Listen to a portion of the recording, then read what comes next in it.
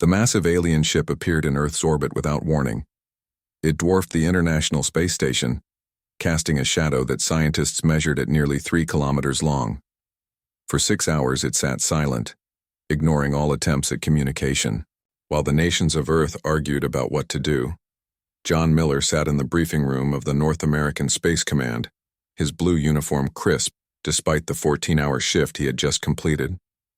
As a lieutenant in the newly formed United Space Force, he was one of the few military personnel with actual experience piloting craft outside Earth's atmosphere.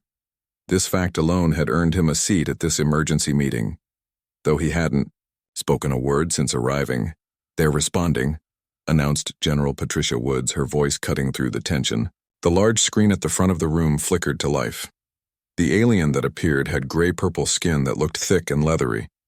Its head was broad with no visible ears, and 4 yellow eyes arranged in a diamond pattern. When it opened, its mouth to speak, John counted 3 rows of teeth.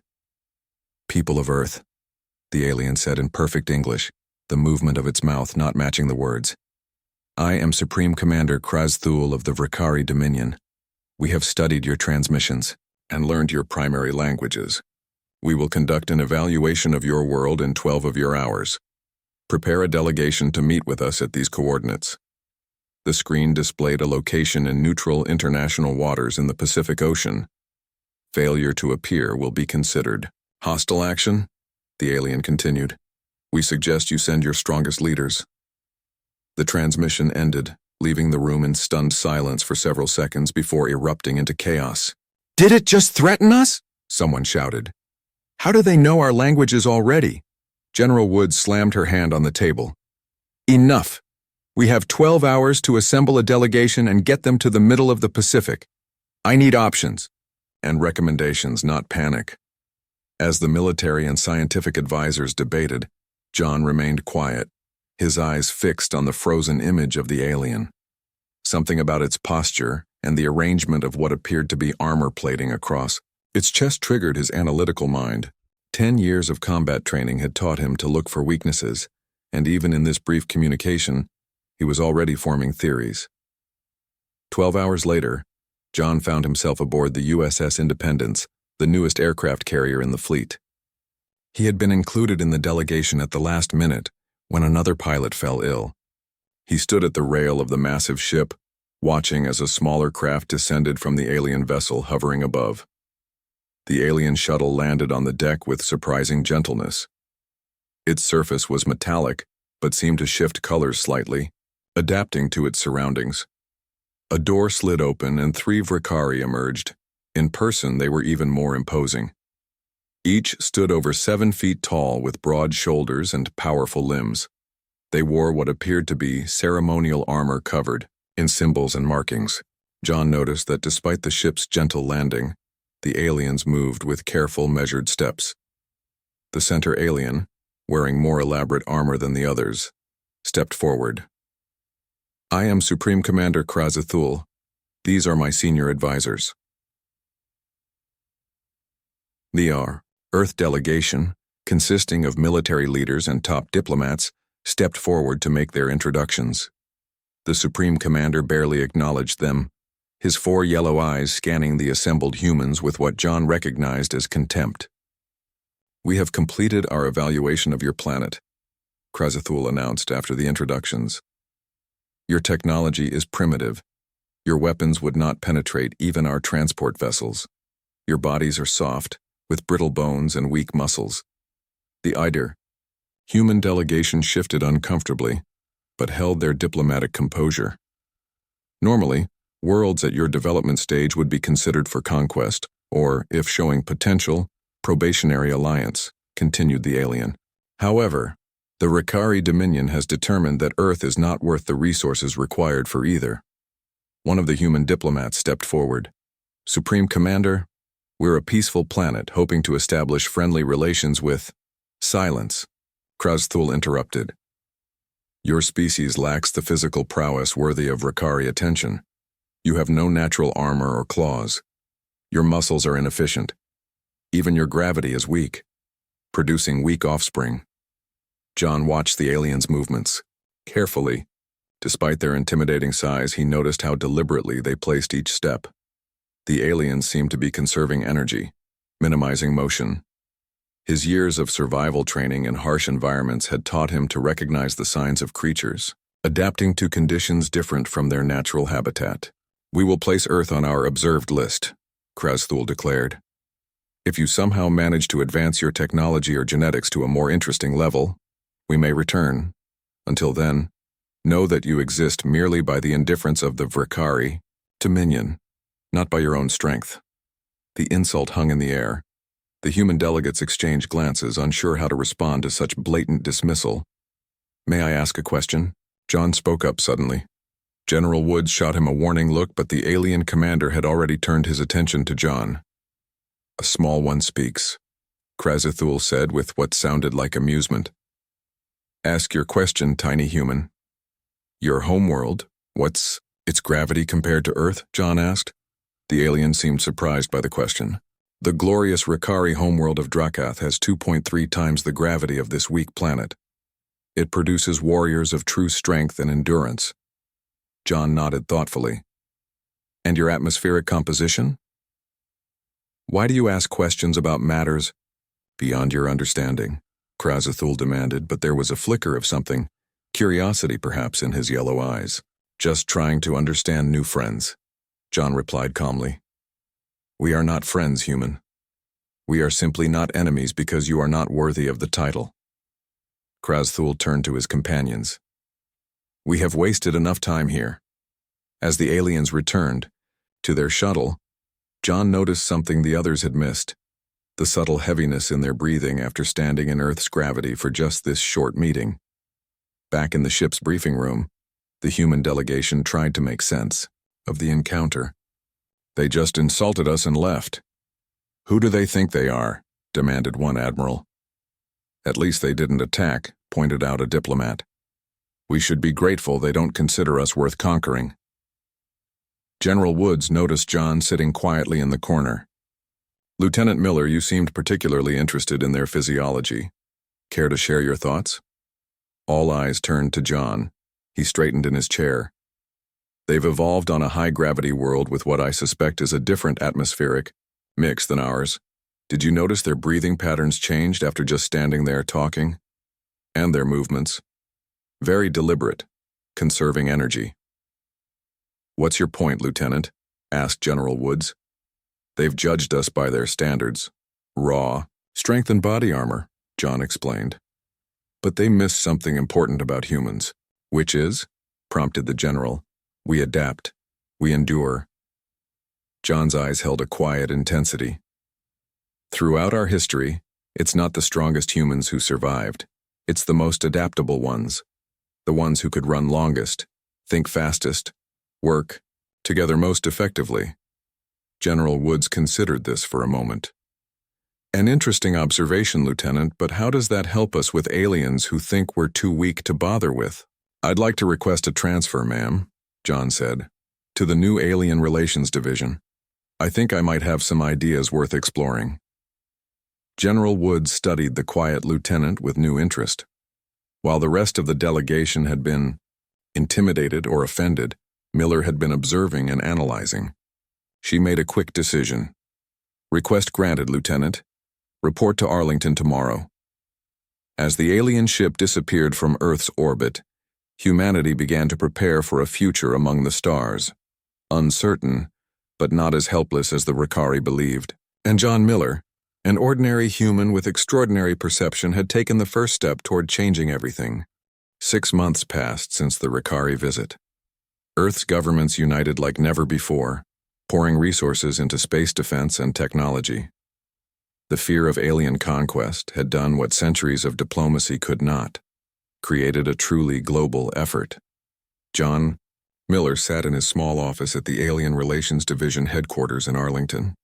His desk was covered with papers, tablet computers, and strange objects that resembled exercise equipment. The walls displayed charts of alien physiology and what little information they had gathered about Rikari biology. A knock on his door interrupted his concentration. Colonel Susan Grant entered without waiting for a response. She was a no-nonsense military officer who had been put in charge of the division 3 months ago when it became clear that alien relations were now a military priority. "Making progress, Lieutenant?" she asked, glancing at the chaos of his workspace. John stood up. "Yes, ma'am. I think I'm onto something important." Colonel Grant picked up one of the strange devices from his desk. It looked like a breathing mask, connected to a small tank. "And this is?" "A high-gravity respiratory simulator," John explained. "It makes breathing harder while performing physical tasks. I've been using it during workouts." The colonel raised an eyebrow. "You're training as if you were on their homeworld?" "Exactly." John pointed to the charts on the wall. "The Ricari evolved on a planet with 2.3 times our gravity. That means they developed stronger muscles and denser bones than humans. But it also means they need more oxygen and energy to move." "So they're stronger but tire more easily?" Colonel Grant asked, beginning to understand. "Yes, ma'am. It's like comparing a sprinter to a marathon runner. They're built for short bursts of incredible strength, but their endurance is likely poor compared to humans." Colonel Grant nodded slowly. "Interesting theory. But what about their technology? Their weapons are still far superior to ours." "True," John admitted. "But in combat, especially ground combat, endurance matters. If we can force them into prolonged engagements." The office door burst open as a young officer rushed in. "Sorry to interrupt, but we have a situation. Ricari scouts have been detected entering the solar system." 20 minutes later, John sat in the command center with Colonel Grant and other military leaders. The large screen showed 3 small Ricari vessels approaching Saturn's orbit. "They're not responding to hails," reported the communications. Officer General Woods, who had been present at the first contact 6 months ago, turned to the group. "Options? We should deploy the new interceptors," suggested one admiral. "Show them we've advanced our technology." "Those interceptors are still experimental," argued another officer. "And we only have 4 of them. If they fail, we reveal our weakness." John listened quietly, studying the movement patterns of the alien vessels on the screen. They moved differently than Earth ships, with sudden bursts of speed followed by longer coasting periods. Energy conservation, he realized. Just like their physical movements. "Lieutenant Miller," Colonel Grant said suddenly, "you've been studying these aliens for 6 months. What's your assessment?" All eyes turned to John. He took a deep breath. "I think they're testing us. These aren't warriors. They're scouts, seeing if we've done anything interesting since their visit." "And what do you recommend?" asked General Woods. "Let me take 1 ship to intercept," John said. "Just 1. Not as a show of force, but to demonstrate something they don't expect from us." The room fell silent. Then General Woods laughed. "You want to face 3 alien vessels alone with what? Our technology is still years behind theirs." "Not with technology," John said calmly. "With endurance and adaptability, human strengths they don't understand." Colonel Grant studied John carefully. "Explain your plan." 3 hours later, John piloted a small, agile Earth vessel toward the Ricari scouts. His ship wasn't heavily armed, but it had been modified according to his specifications over the past months, more maneuverable, with extended life support, and fuel reserves. Miller to command. "I'm approaching the scout vessels now," he reported. "Remember your orders, Lieutenant," came Colonel Grant's voice. "Make contact, demonstrate your theory if possible, but retreat at the first sign of real danger." "Copy that." John guided his ship into the path of the Ricari scouts. Almost immediately, the alien vessels changed course to intercept him. One broke away from the others, approaching with unmistakable aggression. Instead of retreating or preparing to fight, John did something unexpected. He began a series of complex, continuous maneuvers, not quick, jerky movements, but a sustained fluid pattern that required the Ricari ship to constantly adjust its course. The alien vessel fired warning shots, but John maintained his dance, never stopping, never giving the Ricari pilot a clean target. He wasn't trying to outgun the alien. He was trying to outlast it. Back at command, officers watched in tense silence. "What is he doing?" General Woods demanded. "He's making himself a target." Colonel Grant leaned forward, watching the tactical. Display intently. No, he's making them work. Look at their engine output. The readings showed the Ricari ship burning fuel at an alarming rate as it tried to match John's sustained maneuvers. In space, John maintained his strategy. 20 minutes became 30, then 40.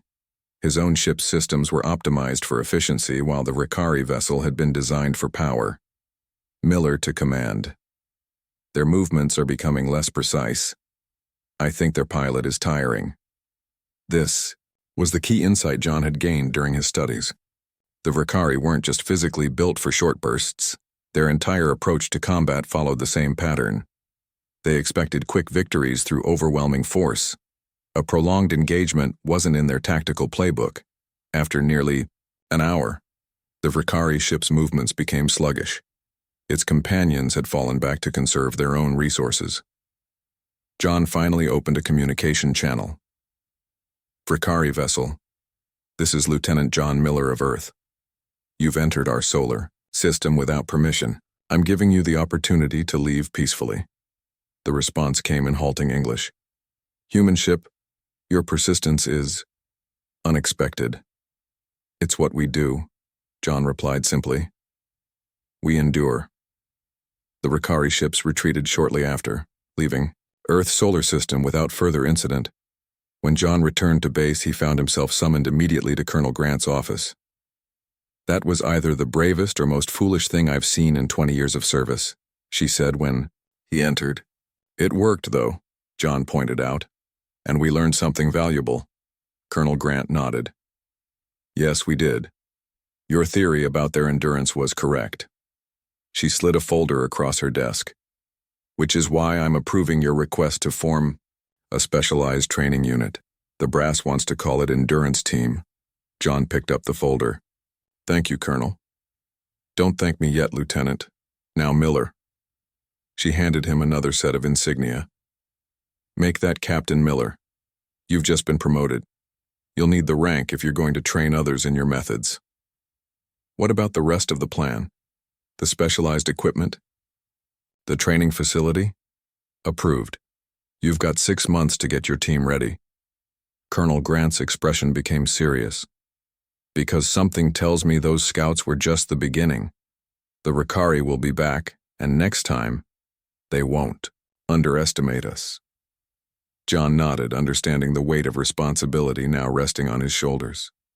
The future of human-alien relations, perhaps the future of Earth itself, would depend on whether he could teach others to turn humanity's greatest natural gift, our ability to adapt and endure, into our greatest weapon. The training facility outside of Denver had once been a high-altitude Olympic center. Now it served as the base for Captain John Miller's endurance team. For the past 3 months, 20 specially selected soldiers had trained under his unusual methods. Today they ran a mountain trail while wearing the gravity suits John had designed. The suits added extra weight and made breathing more difficult, simulating Ricari conditions. Most military trainers focused on building strength, but John emphasized endurance, adaptability, and creative thinking. Keep moving, John called out as he ran alongside his team. On their world, you'd feel this heavy all the time.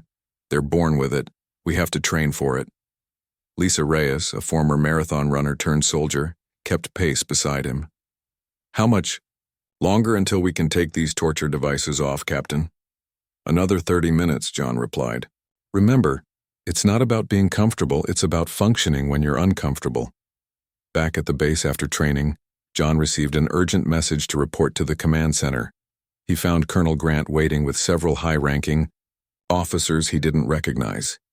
Captain Miller, Colonel Grant said, the Ricari have returned. The main screen showed satellite images of a Ricari battleship in Earth orbit, much larger than the scouting vessels from before. They're broadcasting a message to all Earth frequencies, said a communications officer. Supreme Commander Krazathul's face appeared on screen. People of Earth, we have observed your recent advances in technology and space defense. While primitive by our standards, your efforts show more potential than we initially assessed. The Ricari Dominion now claims your outer solar system resources. Resistance will result in consequences. One of the admirals spoke up. They want our resources in the outer planets, helium-3 from Saturn, minerals from the asteroid belt. They're testing us, John said, seeing if we'll defend what's ours. General Woods, now head of Earth's Unified Space Defense, nodded. We're deploying our new fleet, but frankly, we're still outgunned. There's something else, Colonel Grant added. They've sent a specific message for our leadership. The screen changed to show Krazathul again. As is Ricari tradition when meeting civilizations of potential, we offer you the right of challenge. One champion from Earth against one Ricari warrior in ritualized combat. If your champion wins, we will recognize your sovereignty and discuss fair trade. If your champion loses, you will acknowledge Ricari dominion over your system. The room erupted in heated discussion. It's a trap, one general insisted. But it gives us a chance without risking all-out war, argued another. Who would we even send? Asked a third. Their physical strength is at least double that of our strongest soldiers. John listened quietly, his mind working through the implications. He had studied everything available about Ricari physiology and culture. Their warrior tradition was built around contests of strength, but they had never faced a species that could outlast them. I'll do it, he said suddenly. The room fell silent. General Woods stared at him. Captain Miller, with all due respect, you're not our strongest soldier. We have Olympic weightlifters, special forces operatives. Strength isn't what will win this, John insisted. If we send our strongest, we're playing by their rules. We need to change the game. Explain, ordered General Woods. The Ricari respect strength because on their world that's what survival requires. But they've never fought a species from a low-gravity planet with our respiratory efficiency. John stepped forward. My team has been training for this exact scenario. I've studied their physiology, their culture, their fighting style. Colonel Grant nodded slowly. He's right. The traditional Ricari challenge is a multi-stage combat trial. It's not just about who can hit hardest. Even so, this is a massive risk, General Woods replied. You're asking us to bet Earth's future on your theory about alien stamina? I'm asking you to bet on what makes humans special, John said. Throughout our history, we've survived not because we're the strongest species, but because we adapt, we endure, and we think differently when facing challenges. After hours of debate, the decision was made. Earth would accept the challenge, and Captain John Miller would represent humanity. The Ricari demanded the contest take place on the surface of Mars, a neutral ground with gravity between Earth and the Ricari homeworld. 2 weeks later, John stood in a preparation chamber at the Mars Colonial Base, the first permanent human settlement on the Red Planet. Colonel Grant helped him check his specialized combat suit, designed to provide optimal oxygen while allowing full movement. The Ricari champion arrived yesterday, she told him. General Dorg. He's their most decorated warrior, twice your size. John nodded calmly. Expected. They'll send their best. Are you sure about this, John? Colonel Grant asked, dropping military formality for a moment. There's still time to substitute someone else? John shook his head. This was always going to happen. Humanity meeting something bigger and stronger in the universe. But size and strength aren't everything. The billions watching back on Earth don't know that, she reminded him. They see a normal-sized human going against an alien giant. Then it's time they learned what real human strength is. An hour later, John walked onto the Martian surface where a combat arena had been prepared. Earth and Ricari representatives sat in pressurized viewing areas. Cameras broadcast the event to both worlds. Across the arena stood General Dorg, nearly 8 feet tall in ornate battle armor. Even through the protective suit, John could see the alien's massive muscles and confident stance. Supreme Commander Krazathul's voice came through their communication systems. The challenge has 3 trials: strength, combat, and endurance. Victory requires succeeding in at least 2 trials. Begin. The first trial was a test of strength, moving massive stone blocks to form a specific pattern. General Dorg lifted his stones easily, placing them with practiced precision. John struggled with the weight but used leverage techniques and careful planning of his movements. When he completed the pattern just seconds after Dorg, the Ricari observers rumbled. With surprise. "First trial to General Dorg," announced Krazathul, but the human performed adequately. The second trial was combat with ceremonial weapons, a staff-like implement that could be used for striking or blocking. Dorg attacked with tremendous power, his blows forcing John to dodge rather than block. John kept moving, never staying still, making the Ricari chase him around the arena. As the minutes passed, Dorg's movement slowed slightly. His breathing became more labored inside his helmet. John continued his strategy of mobility, conserving energy while forcing his opponent to expend it. When John finally struck, targeting joints and using the Ricari's momentum against him, the alien stumbled. The match ended with both fighters still standing, but John had scored more strikes in the latter half. "Second trial to the human," Krazathul announced, his voice containing unmistakable surprise. "The final trial will determine the victor." As they prepared for the endurance race across the Martian landscape, John saw confusion and concern among the Ricari observers. Their champion was showing signs of fatigue, while the human appeared relatively fresh. Just before the final trial began, General Dorg approached John. "You fight strangely," the alien rumbled. John smiled inside his helmet. "Not strangely, just human." The race would test which champion could truly endure. The final trial began with a loud signal from the Ricari officials. The endurance race would cover 15 kilometers across the rocky Martian terrain. Competitors needed to collect 5 markers placed along the route while managing their limited oxygen supply.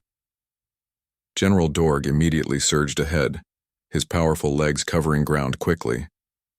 John started at a steady pace, focusing on his breathing. He had trained for months in similar conditions.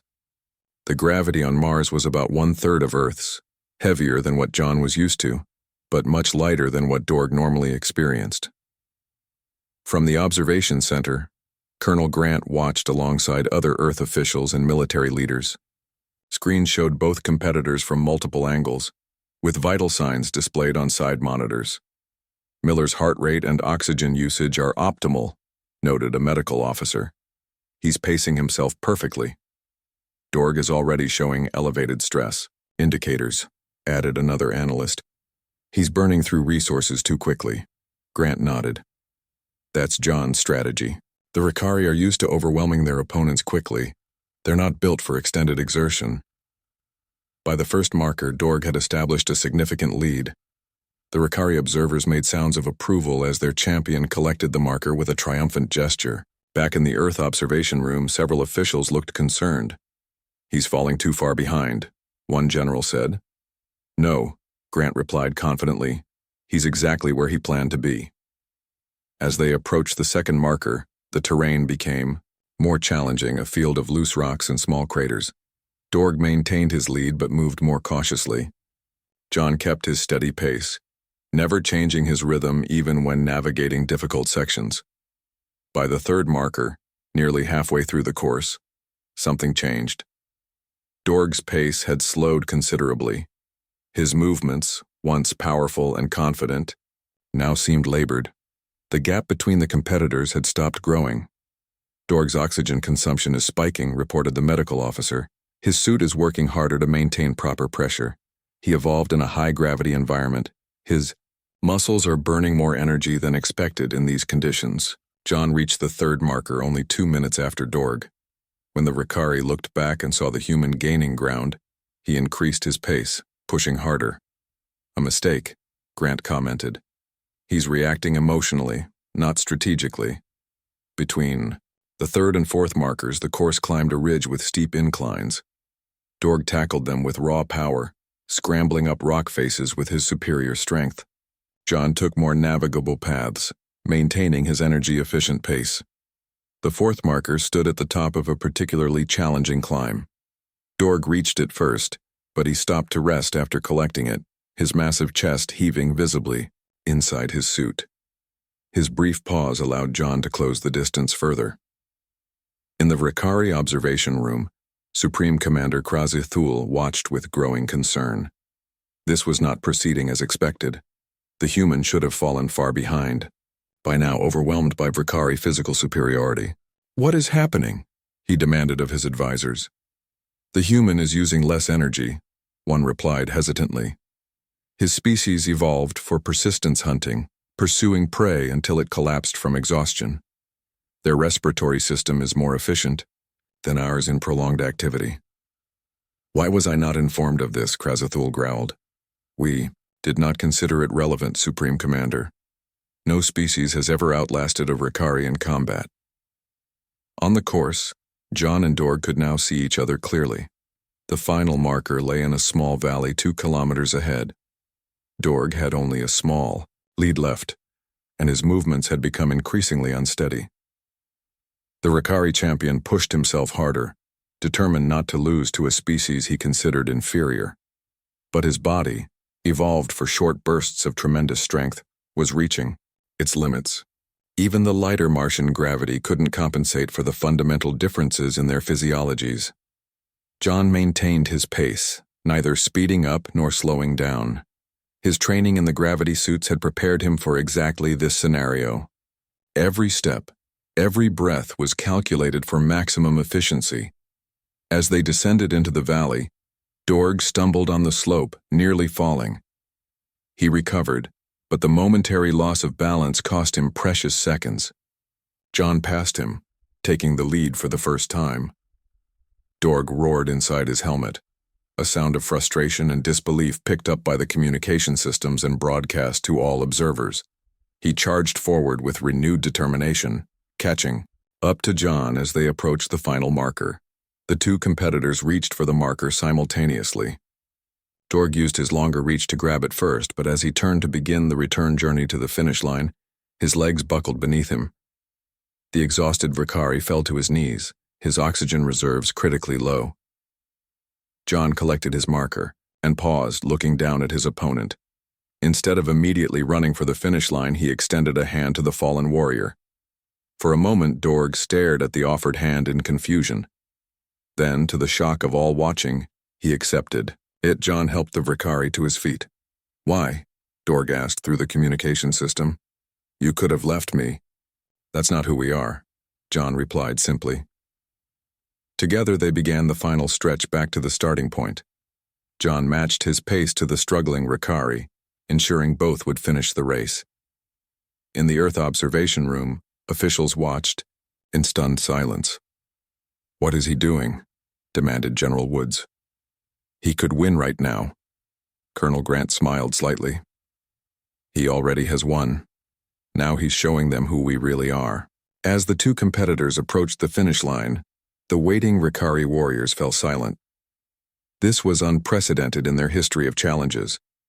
The Supreme Commander watched with narrowed eyes as John and Dorg crossed the finish line together, the human supporting the exhausted Vakari champion. "The final trial goes to the human," Krazathul announced reluctantly. "Earth's champion has won 2 of 3 trials. By Vakari law, we recognize Earth's claim to sovereignty." The Earth officials erupted in celebration. Humanity had proven itself among the stars not through overwhelming strength but through endurance and compassion. As medical teams attended to both competitors, Colonel Grant approached John, who was removing his helmet. "That was quite a statement." "At the end," she said, "not everyone agrees with your decision to help him." John took a deep breath of the base's air. "We didn't just need to win the challenge. We needed to win their respect. And respect isn't earned by leaving someone behind." Supreme Commander Krazathul approached them, his 4 yellow eyes studying John intently. "Your strategy was unexpected," the commander admitted. "No species has ever defeated a Vakari champion through endurance rather than strength." "Different worlds produce different strengths," John replied.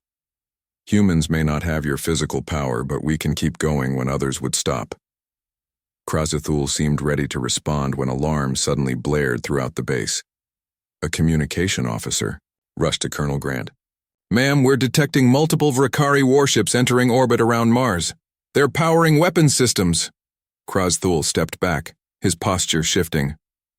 "The challenge has been decided, but the Vakari Dominion does not surrender valuable resources because of a single contest."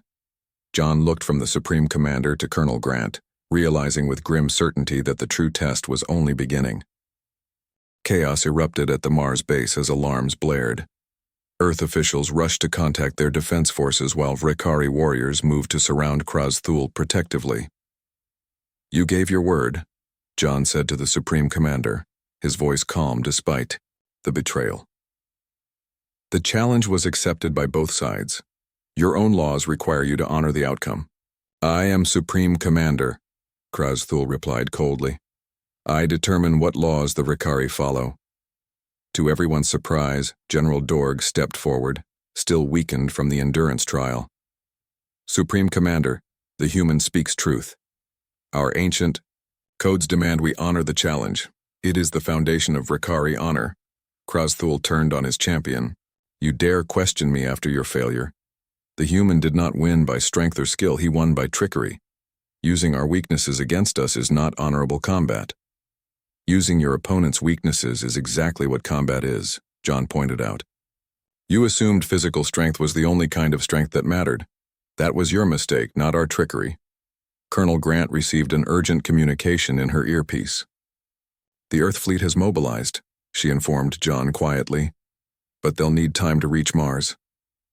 John nodded slightly, never taking his eyes off Krasthul. He needed to buy that time.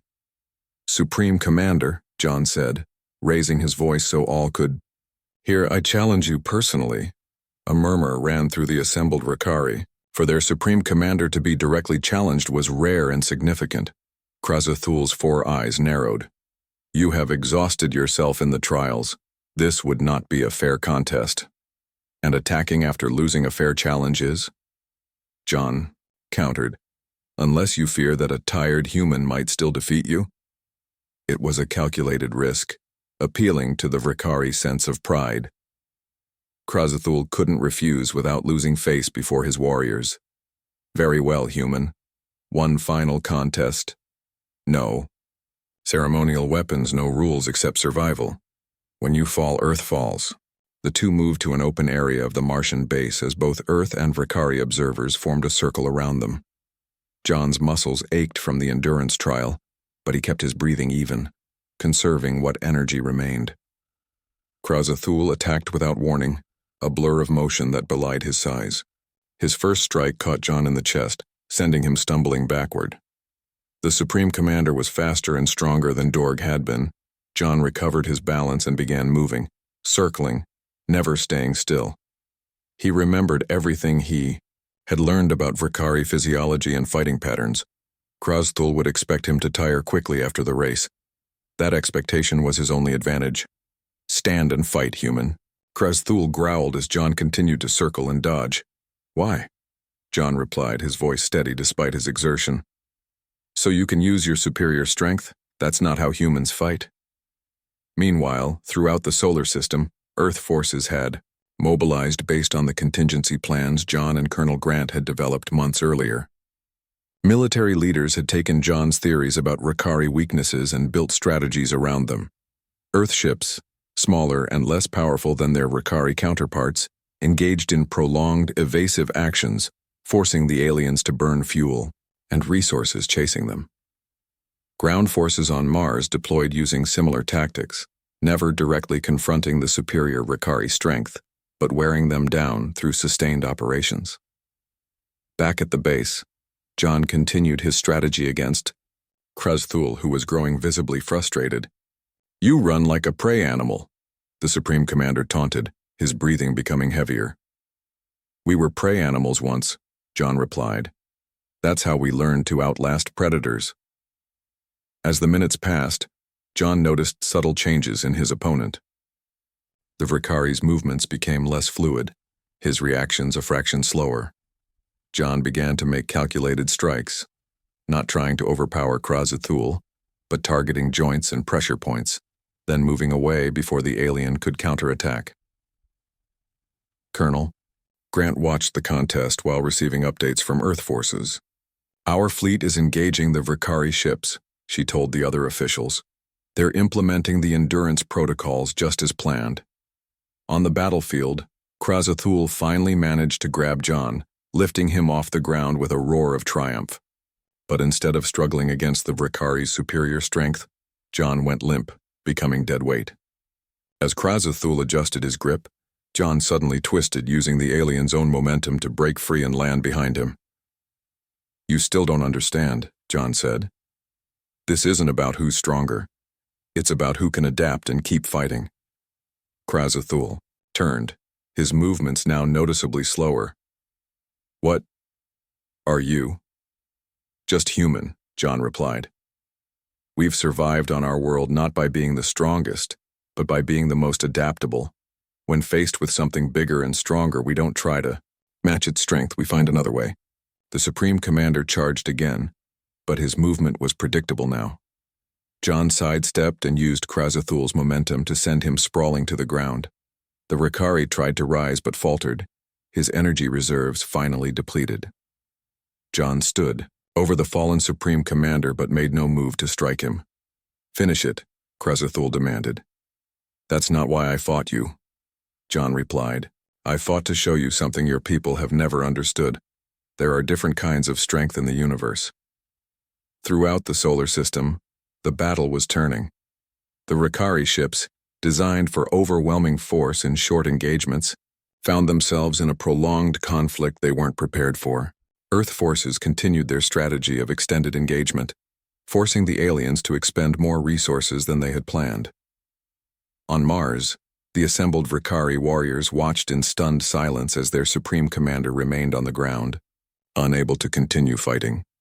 One Vrikari stepped forward, Admiral Vexnar, second in command of their fleet.